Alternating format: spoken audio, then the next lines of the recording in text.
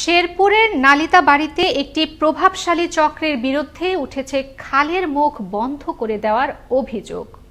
এতে সৃষ্ট জলাবদ্ধতায় তলিয়ে গেছে শতাধিক একর জমির বোরো আবাদ। এ সমস্যার সমাধান চেয়ে প্রশাসনের দ্বারস্থ ক্ষতিগ্রস্ত কৃষকরা। শেরপুর থেকে মারুফুর রহমানকে সঙ্গে নিয়ে ওমর ফারুক সুমনের প্রতিবেদনে থাকছে বিস্তারিত।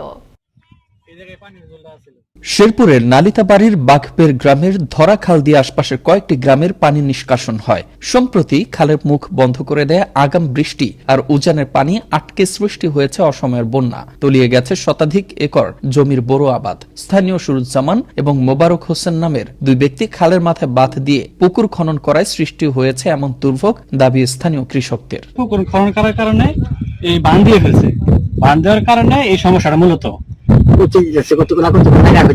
কিছু অসাধু লোক এই জায়গায় বাঁধ নির্মাণের কারণে পানি জলবদ্ধতার সৃষ্টি হয়েছে। প্রায় 70 থেকে 80 একর জমির জায়গায় পানির তলে হাবুডুবু খাচ্ছে। ইতোমধ্যে পানি বৃদ্ধি পেয়ে পচন সৃষ্টি হওয়ার উপক্রম বোরো ধানের। এর প্রভাব পড়েছে শ্রমিকদের উপরেও। কাজকর্ম বন্ধ থাকায় বেকার দিনাতিপাত করছে শ্রমিকরা, এমন দাবি এ অসহায় মানুষের। ওই ব্রিজের তল থেকে আসতেছে পানি, এত পানি আসলে তো যেখানে বাঁধ যাইতে পারে না। পানি যা লাগাইছে সব পচে যাচ্ছে, পানি জমার কারণে আমার ক্ষেত সব নষ্ট হয়ে যাচ্ছে। সমস্যা সমাধান কল্পে প্রশাসনের দ্বারস্থ হয়েও হচ্ছে না সমাধান, এমন অভিযোগও করেন কৃষকরা। উনি বাদী বিবাদী দুপক্ষে ডাকছে। আমি আগামীকাল বিকাল বেলায় আমাদের কাছে ওই মাঠের দিকে সরজমিন দিয়ে আমি তদন্ত করে দেখব। এদিকে খালের মুখ আটকে দিয়ে সৃষ্টি হয়নি জলাবদ্ধতা, এর জন্য দায়ী মোবারক আলী মগর, এমন দাবি অভিযুক্ত সুরুজ্জামানের। যেটা আমি না, এটা ওই মোবারক আলী মগরই এই জলাবদ্ধতা সৃষ্টির একমাত্র কারণ এবং দায়ী সে। এদিকে কৃষকদের জলাবদ্ধতা সমস্যাটি সমাধানের আশ্বাস দিলেন